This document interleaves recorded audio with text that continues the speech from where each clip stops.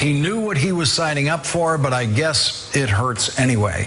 President Trump angrily disputed that account. President Trump tweeted, "Democrat Congresswoman totally fabricated what I said to the wife of a soldier who died in action, and I have proof. Sad." And here's what Myesha Johnson said about that this morning. Whatever Ms. Wilson said was not fabricated. What she said was 100% correct. It was Master Sergeant Neal, me, my aunt, my uncle, and the driver, and Ms. Wilson in the car. The phone was on speakerphone. Why would we fabricate something like that? Myesha Johnson was also hurt that the president did not seem to know her husband's name. The president said that he knew what he signed up for, but it hurts anyways. And it made me cry because I was very angry at the tone of his voice and how he said it. Like he couldn't remember my husband's name. The only way he remembered my husband's name because he told me he had my husband report in front of him. And that's when he actually said, "La David." I heard him stumbling on trying to remember my husband's name. And that what hurt me the most, because if my husband is out here fighting for our country and he risked his life for our country, why can't you remember his name? And that what made me upset and cry even more, because my husband was an awesome soldier. He did what it take people, other soldiers, like 5 years to do in 3 years. Here is the president's tweeted response to that interview. "I had a very respectful conversation with the widow of Sergeant La David Johnson and spoke his name from beginning without hesitation, exclamation point." And so once again, the president is disputing a report of that phone call, this one by the person the president was actually speaking to in that phone call. The president says it was a very respectful conversation. Now, a conversation has at least two parts, at least two speakers. And so George Stephanopoulos asked about the other half of that conversation. What did you say to the president? I didn't say anything. I just listened. But you were upset when you got off the phone. Oh, very, very upset and hurt. Very. It made me cry even worse. Myesha Johnson still has nothing to say to the president. Is there anything you'd like to say to the president now? No. I don't have nothing to say to him. Well, at least there was no name-calling from the White House today, as there was last week when Congresswoman Frederica Wilson described the president's phone call. President Trump then said that Congresswoman Wilson was lying, and the White House Chief of Staff John Kelly called her an empty barrel. Kelly attacked the Congresswoman at length in the White House press briefing room and refused to ever say her name. And it is very hard now to make sense of what earns an attack from the Trump White House or earns praise from the Trump White House. Southern Baptist pastor Robert Jeffress was praised by the president on Friday when the president called him a wonderful man in a tweet. The president was using his office to try to help sell books for the pastor in that tweet. And here is what Robert Jeffress has said about John Kelly's religion. Today, the Roman Catholic Church is the result of that corruption. Much of what you see in the Catholic Church today doesn't come from God's word. It comes from this cult-like pagan religion. So if you call Catholicism a cult-like pagan religion, Donald Trump will call you a wonderful man, and John Kelly will not call you an empty barrel. Everything John Kelly said about the woman he called an empty barrel has turned out to be untrue. Every word of it. And a congresswoman stood up, and in the long tradition of empty barrels making the most noise, stood up there and all of that, and talked about how she was instrumental in getting the funding for that building, and how she took care of her constituents because she got the money, and she just called up President Obama, and on that phone call, he gave the money, the $20 million to build the building. And she sat down, and we were stunned that she'd done it. even for someone that is that empty a barrel. We were stunned. Congresswoman Wilson was at the dedication of that new federal office building in Miami that would house the FBI because she pushed the bill that named that building for 2 FBI agents who were killed in the line of duty. And she never claimed to get 1 dime of the funding for the building because she didn't help get the funding for the building. And Congresswoman Wilson mentioned the Republican Speaker of the House in giving credit where credit was due for naming of the building, but she never mentioned President Barack Obama. But for some reason, John Kelly seemed to want the word Obama to be right in the middle of his completely false criticism of that villain in that story, Congresswoman Wilson. The day after John Kelly told that false story about Frederica Wilson, the full video of her remarks in Miami at the FBI building that day became public, and everyone could see that John Kelly got it completely wrong. Congresswoman Wilson tweeted, "General Kelly owes the nation an apology because when he lied about me, he lied to the American public." As I said on Thursday, when John Kelly went into the White House press briefing room to defend the president, everything John Kelly said about the procedures that the military follows for soldiers killed in action was clear and instructive and deeply moving. And everything John Kelly said about his own experience of the loss of a son in combat and the continued service of another son in combat was nothing less than noble. But John Kelly brought a villain with him into that briefing room that day, a villain who was not worthy of being given her real name, a villain who he simply called an empty barrel.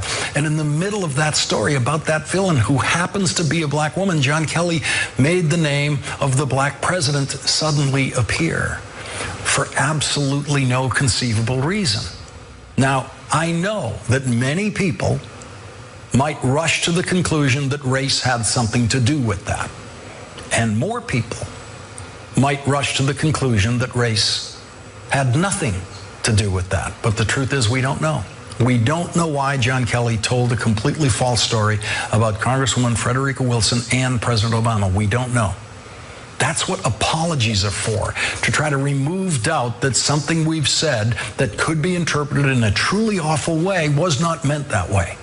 This is where I truly wish I could read you John Kelly's apology, and I wish that that apology was as heartfelt and deeply moving as what John Kelly had to say on Thursday about the lives lost in combat, including his own son. But Donald Trump believes that apology is a sign of weakness, and we don't know what John Kelly thinks about apology. We don't know if John Kelly understands that in civilian life, sometimes the most important sign of strength and decency is an honest and convincing apology. By the end of the day on Friday, the worst thing that we knew about John Kelly is that everything he told the country about Congresswoman Wilson was not true. And 3 days later now, the worst thing we now know about John Kelly is that he still hasn't apologized to the Congresswoman or the country. Joining us now, Eugene Robinson, Pulitzer Prize-winning opinion writer for The Washington Post and an MSNBC political analyst, and David Frum, senior editor for The Atlantic. Eugene, it's been an extraordinary run of days on this story. I'm focusing on the failure to apologize for something being obviously false. Any other president would have ordered the White House Chief of Staff to run out there and apologize, and any other White House Chief of Staff would not have had to be ordered to go out there and apologize. I believe that's right, Lawrence. Look, General Kelly went into this administration, who knows? We may be fortunate to have him there at the side of an erratic, impulsive, frankly dangerous president. But he inevitably has tarnished himself by association with Donald Trump, and that's what you saw. And as to what motivated him to go after Congresswoman Wilson in that way, it did occur to me that race could be a factor. It occurred to me that gender could be a factor. And again, as you said, we don't know. It would be nice to remove that cloud, but I frankly don't expect it. It's been long enough, and he hasn't apologized. David Frum, is it conceivable that John Kelly might want to apologize and Donald Trump is basically forbidding him from doing that, that he would be fired if he apologized, and John Kelly's afraid of being fired if he apologizes? I can't read that mind, but one of the things I take from this episode is that John Kelly, for all his accomplishments, has not built a successful system that can affect things beyond soldiers' deaths, including the risk of war. Look, there's no obligation that a president telephone the families of the fallen. The president can do, other presidents have done other things. They can send beautiful letters. They can receive people at the White House. They can pay honor in other ways. One of the things that a staff might do is to take the measure of the president they serve and say, this guy, we love him, not everybody loves him, we love him, but we recognize that empathetic communication is not one of his strong points. So let's not ask him to do that.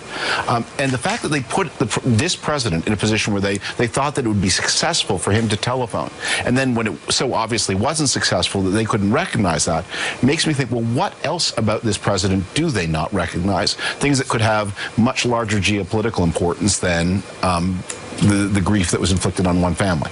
And Gene, John Kelly was brought in as the White House Chief of Staff following what I think all of Washington agreed was the worst White House Chief of Staff they'd ever seen, Reince Priebus. We now, it seems, have possibly a second worst. He went out there last week to fix a problem that was created, and he made it much worse. That's exactly the opposite of what the White House Chief of Staff is supposed to do. It is, and he made this, it should have been a 1 or 2 day story, bad for the White House, ended, right? And he stretched it out by going out there, and President Trump seems to relish in the fact that this has been a week-long story instead of a 1 or 2 day story. He seems to like this fight with Congresswoman Wilson, and maybe he thinks that it delights not only him but delights his base. And on a related matter in terms of Donald Trump and military matters, we've seen John McCain, interestingly, sort of move out on the issue of the president's failure to serve in Vietnam and possibly getting some kind of helpful, possibly fake help from a doctor to get out of it. Let's listen to what John McCain said on C-SPAN. One aspect of the conflict, by the way, that I will never, ever countenance is that we drafted the lowest income level of America, and the highest income level found a doctor that would say that they had a bone spur. That is wrong. That is wrong. If we're going to ask every American to serve, every American should serve. And David, it's hard to believe bone spur was randomly chosen, since that's what was in Donald Trump's note from his doctor, that he had a bone spur that would prevent him from serving. Right, and no, pretty obviously direct. And John McCain has said other direct things too. When Eugene a minute ago referred to this as being something that could be a 1 or 2 day story. And with McCain's comments, you see, no, it's actually a bigger story.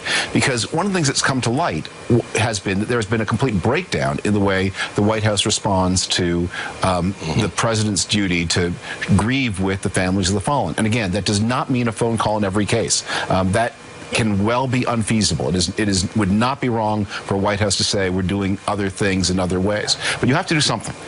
And one of the things that is not is a last-minute, end-of-term crush to send out documents by FedEx, including a check that was promised 3 months ago that is sent on the day the Washington Post writes the story that the check was not sent. Yeah, Gene, to David's point, we now have all this reporting indicating that what the president was saying last week about the way he handles these condolences is completely untrue. Most people had not heard from him, and now they went into panic mode to kind of deliver condolence messages to all these families who hadn't gotten one from the president. Right, and this is typical. Donald Trump comes out and, either tweets or says something that's not true, and the White House scrambles to try to make it true. But David is right. Systems don't work in this White House the way they should, and perhaps we should look at this as a more worrisome sign that bigger and more consequential systems in terms of world peace and the security of the nation are also not working. I want to take a quick look at what John McCain said on The View, again, about this bone spur, because I think it's indicative of something Donald Trump and other Republicans might have to worry about, which is senators like John McCain increasingly feeling free to speak their minds about this president and possibly not join him on things like the tax bill. Let's listen to this. Well, yes. People thought you were talking about Mr. Trump because he had a doctor's note that said he had bone spurs. I think more than once, yes. More than once. Chronic bone spurs. Do you consider him a draft dodger? I don't consider him so much a draft dodger as I feel that the system was so wrong that certain Americans could evade their responsibilities to serve the country. And before we leave this segment, I just want to remind us that the reason we've been talking about all of this is the loss of 4 lives in Niger, and they are Staff Sergeant Brian Black, Staff Sergeant Jeremiah Johnson, Staff Sergeant Dustin Wright, and Sergeant LaDavid Johnson. And we should not leave this subject without mentioning this sacrifice, the ultimate sacrifice that they gave. Eugene Robinson and David Frum, thank you both for joining us tonight. Really appreciate it. Coming up, John Kelly talked about Khizr Khan and Gold Star families last week, and Mr. Khan will join us tonight and respond. And later, a very special rewrite about what Fox News had to say about me on Friday night. Gold Star families, I think that left in the convention over the summer. I just thought the selfless devotion that brings a man or woman to die on the battlefield, I just thought that might be sacred. That was John Kelly last week when he was listing people and things that he thought this country used to hold sacred and he believes no longer does. His list of the sacred when he was a little boy growing up in Boston included women, religion, and Gold Star families. And it was not clear to me whether John Kelly thinks that Captain Humayun Khan's parents violated the sanctity of Gold Star families by speaking at the Democratic Convention about the son they lost in combat, or whether John Kelly meant that Donald Trump violated the sanctity of Gold Star families by attacking the Khan family for appearing at the Democratic Convention. Joining us now is Khizr Khan, author of the new book, An American Family, a Memoir of Hope and Sacrifice. Mr. Khan's son, Captain Humayun Khan, was killed in Iraq in 2004, protecting the lives of his fellow soldiers. Thank you very much for joining us again, Mr. Khan. Really appreciate it. And it's always a sad context in which we are meeting you here on this show. This was the first place you discussed this after the Democratic Convention with your surprise appearance there. How did you interpret what John Kelly said about Gold Star families at the convention in the summer? I was shocked. I was shocked when I heard Citizen Kelly. We honor his service, we honor his family's sacrifice, but now he's a private citizen. I was shocked to hear him do exactly same thing himself, what he was complaining about. So you took it as a criticism of you? Of course, but he forgot. We stood for the best values of America that Captain Humayun Khan was made of. John Kelly stood for this country's history's worst president supporting him, doing what was taking place for political expediency, maligning honorable congresswomen, using the tragedy where my 4 sons, brave heroes of this country, gave their life, maligning that moment, their sacrifice, instead of telling the president that this is the moment of dignity and restraint. He should have wrote it on a piece of paper and put it in front of the president that you're not capable of doing what you plan to do, extending condolences, because he has proven time after time to this entire nation, lack of empathy, lack of sympathy towards these families. He is void of that sentiment. He should have been refrained from commenting on that. A simple dignity and privacy would have been call of the day and a duty of the president's advisor to advise him as such. But he went to support the president for his political expediency in using these tragedies, in using this moment of serious in our life, in the life of this country. I am more worried about, we know the nature of Donald Trump. We know his instability, how he responds, and this nation's security affairs, this nation's international affairs, this nation's safety and security, internal and external, is in the hands of such advisors and this president. God have mercy on our nation. Should John Kelly apologize to you that you've taken it as an attack on you? Things are beyond apology. I don't need any apology. But if he didn't mean it, I mean, I offered the possibility that he might not have meant it. If he did not mean it, what would stop him from coming out and apologizing to you? That requires courage.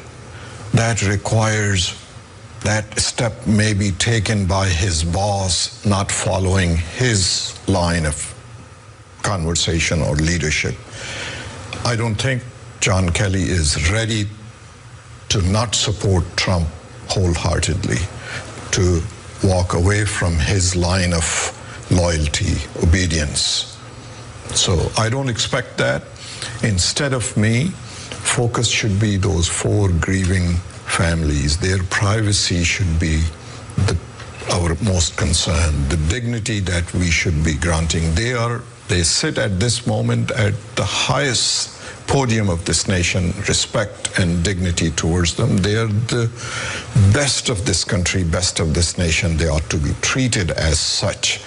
Maybe John Kelly has the courage and guts to put an end to this, to do the right thing, to extend an apology, regardless of what has taken place, extend an apology and move forward. Khizr Khan, thank you very much again for joining us tonight on this program. Really appreciate it. And the book is An American Family. This tells the story that Mr. Khan has been telling us now for over a year. Coming up, what could possibly go wrong for President Trump's giant tax cut?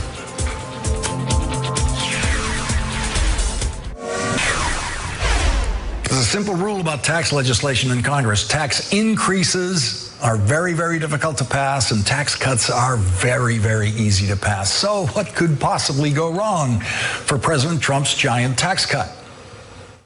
I think we have the votes. I think that Rand Paul actually is going to vote for the tax cuts. I think that other people, we had tremendous enthusiasm this time. Healthcare, I was told, was tougher, but it was close. I mean, so far, I would say it's not even a contest.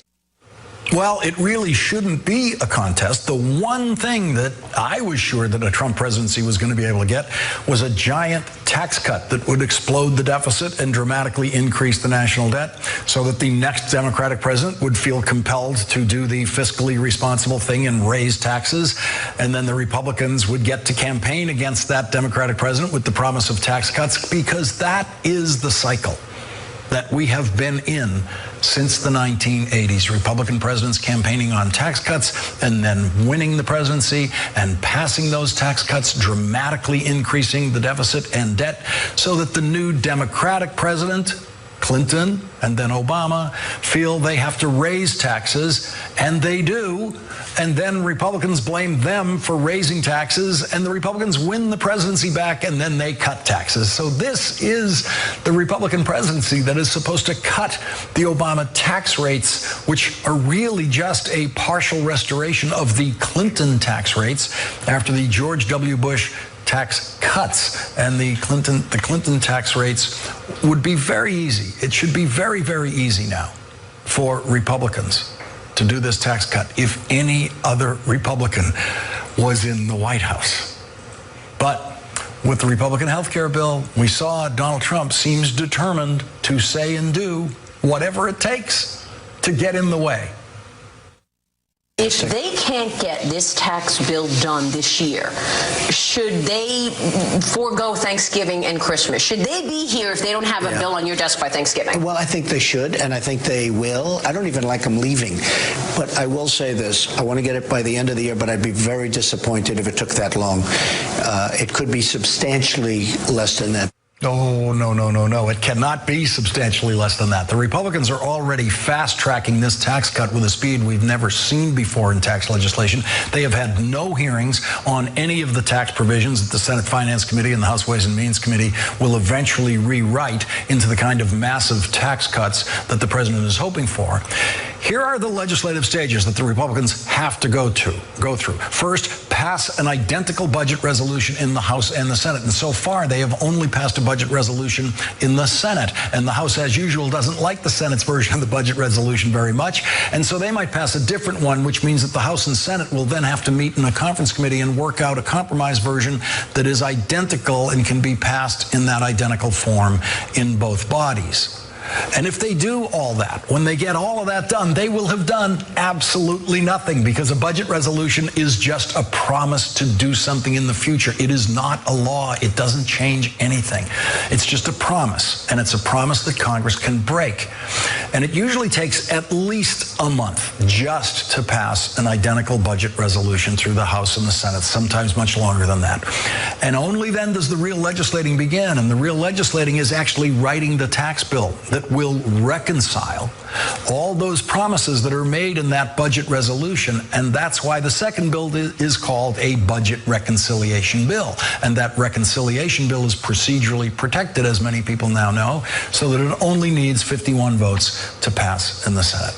And as we've seen before in the Senate, the Republicans can only afford to lose 2 Republican votes. A third Republican vote lost in the Senate, and the tax bill is gone. There will be no tax bill. And we already have one Republican saying he will not vote for a tax bill that increases the deficit, retiring Senator Bob Corker, who has been sharply critical of the president recently.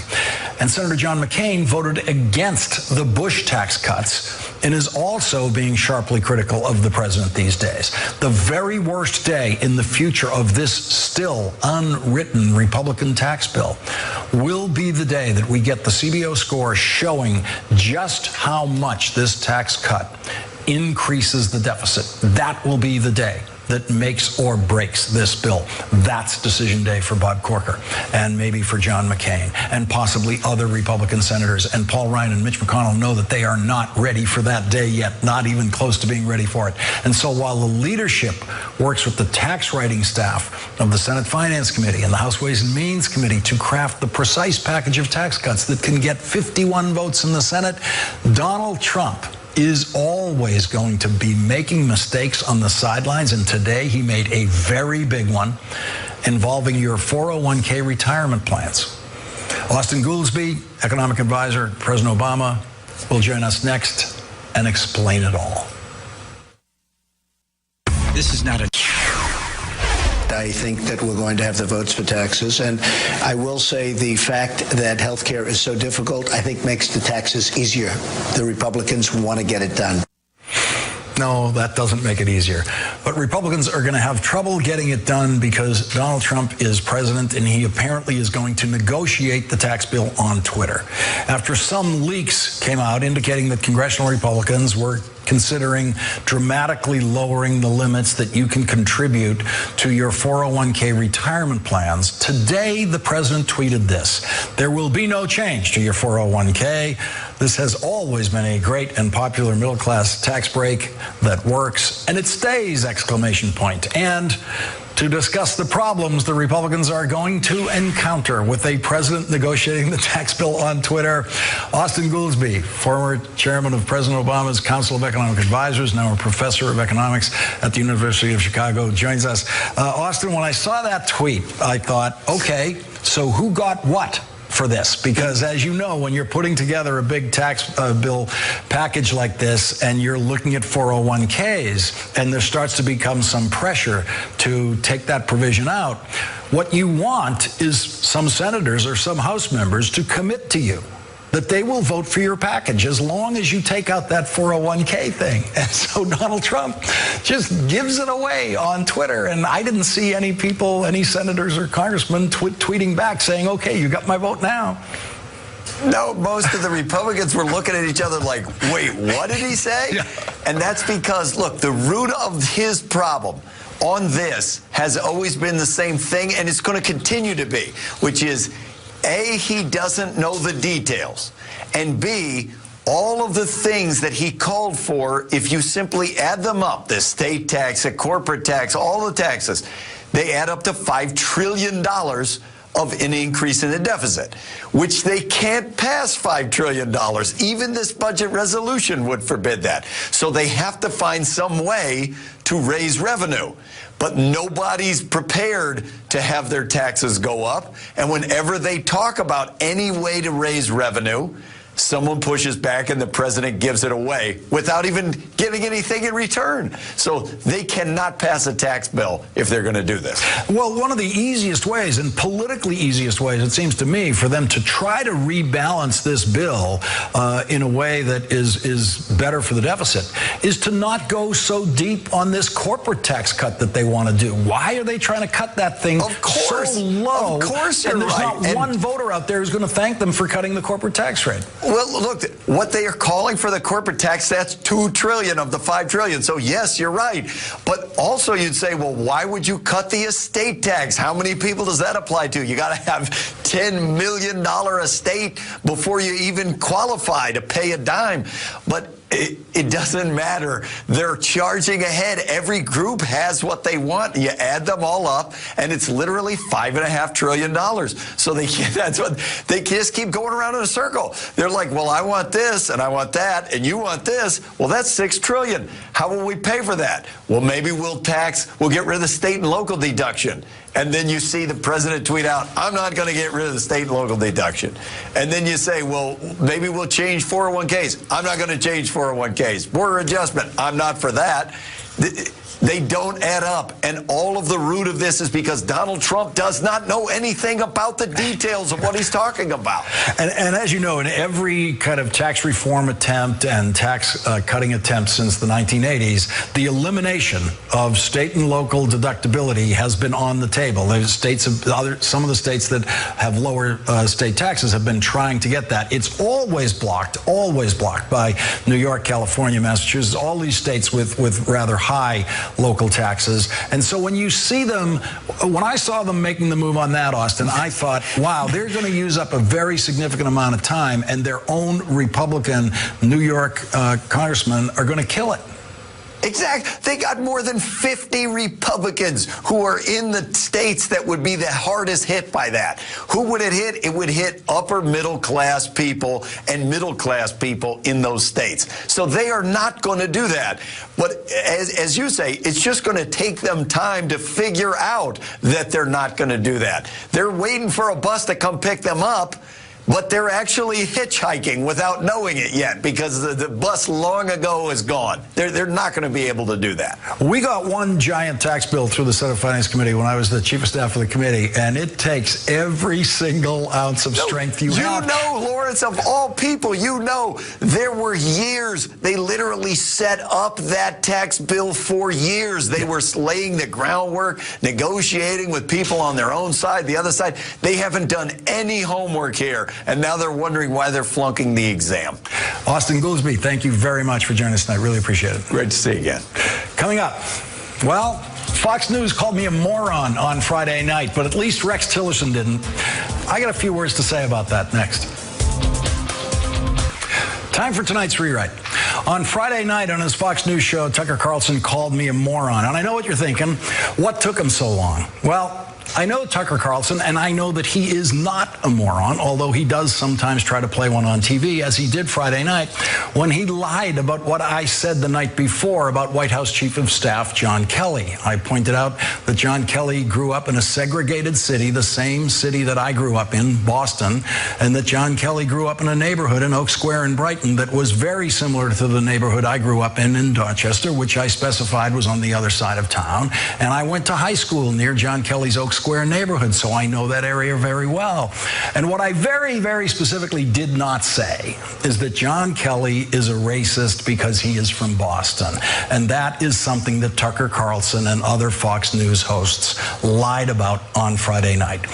And to prove that I didn't know what I was talking about, Tucker Carlson, of course, turned to Boston's right-wing, Trump-supporting radio host Howie Carr. Howie Carr hosts a radio show in Boston. He writes for the Boston Herald. He's from Boston. He breathes Boston. And when you hear him talk, you know he's fully Boston. Howie Carr, thanks for joining us tonight. You saw your city impugned last night on another channel when a couple of hosts said, look, General Kelly is clearly a bigot because he's from Boston. How did you take that as a native son? Well, it's outrageous. Lawrence O'Donnell shouldn't have said that. He also said that he and General Kelly come from identical backgrounds. Actually, Lawrence O'Donnell's father was a lawyer, and General Kelly's father was a milkman.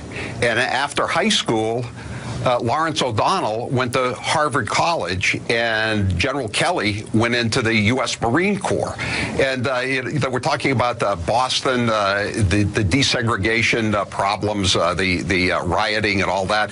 When that all began, Lawrence O'Donnell was writing snide essays in Cambridge at the Harvard Lampoon, and General Kelly was a commuter going to UMass Boston. I mean, they come from very different backgrounds.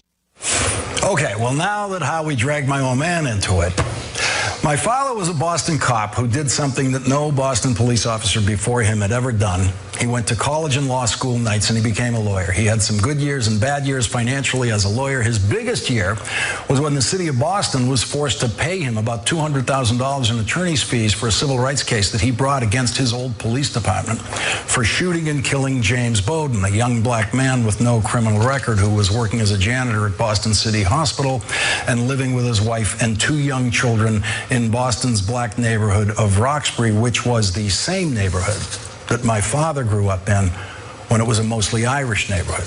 That case was the first successful wrongful death civil rights case of its kind. My father was a great lawyer, but he never paid enough attention to money, and like his father before him, he died penniless. And I inherited nothing and will never inherit anything. Now, Tucker Carlson is not from Boston, and so he thinks that when he hears Howie Carr, he's hearing a Boston accent. Tucker Carlson called Howie Carr a native son of Boston. Howie Carr is a native son of Maine. Howie Carr was born in Maine, 100 miles north of Boston. Howie Carr did not grow up in Boston. He never set foot in Boston for elementary school. He's never been in a Boston elementary school, the kind that John Kelly and I went to. And when Howie went to high school, he went to one of the richest boarding schools in America. In fact, it is the fourth richest boarding school in America with a $500 million endowment, Deerfield Academy. And when I was in college, room and board at Deerfield cost the same as room and board at Harvard, and it still does. Now, when Howie Carr was going to Deerfield Academy, it was as high a concentration of rich kids as you could find in any institution anywhere. Deerfield Academy is at least in Massachusetts, but it is 100 miles west of Boston. And when it came time for college, Howie went even farther away from Boston, which has more colleges than any city of its size, including Harvard College, which is partially in Boston, partially in Cambridge. Howie went to the University of North Carolina, and he paid the tuition that North Carolina residents pay, not the tuition that a Boston resident would have to pay, because Howie Carr never lived in Boston, and he doesn't live in Boston now. He lives in what has historically always been Boston's richest suburb, Wellesley, and Howie's got a swimming pool, something no O'Donnell home has ever had. Now, I have no idea what life is like in that rich suburb of Wellesley. I've never spent a night there, never swam in a swimming pool there. So on Fox News, the guy from Maine who grew up in a few other states, including Florida, and claimed North Carolina residents to go to college and has never lived in Boston is introduced this way. He's from Boston. He breathes Boston. And when you hear him talk, you know he's fully Boston. Now, this is the same network that recently had to admit that a guest that they were repeatedly introducing as a Vietnam veteran and a Navy SEAL was not a Navy SEAL and never served in Vietnam. So be careful of those introductions on Fox News.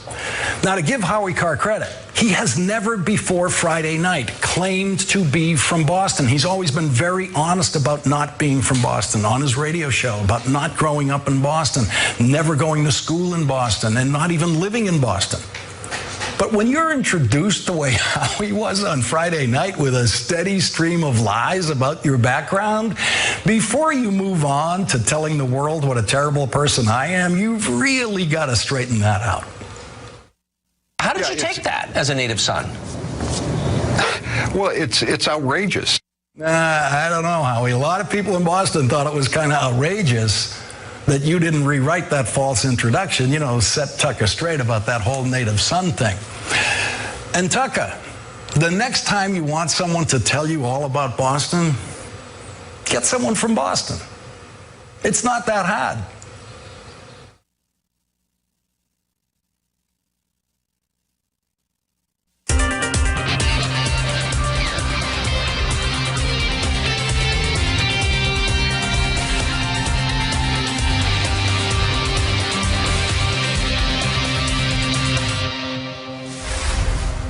Only a tiny percentage, less than 1% of the 1% of American families who are actively engaged in the military ever experience death in combat in the family in the 21st century.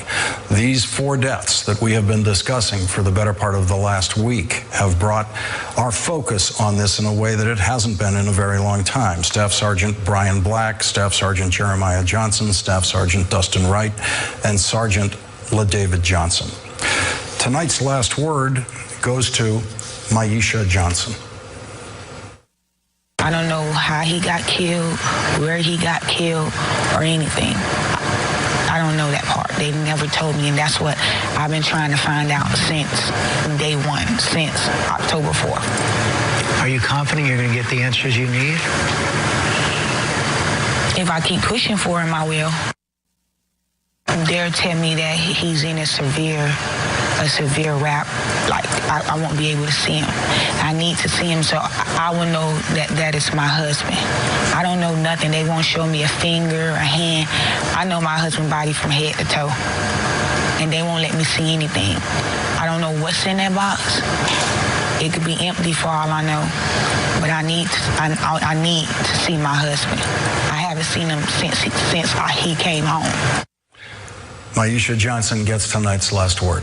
The 11th Hour with Brian Williams is next.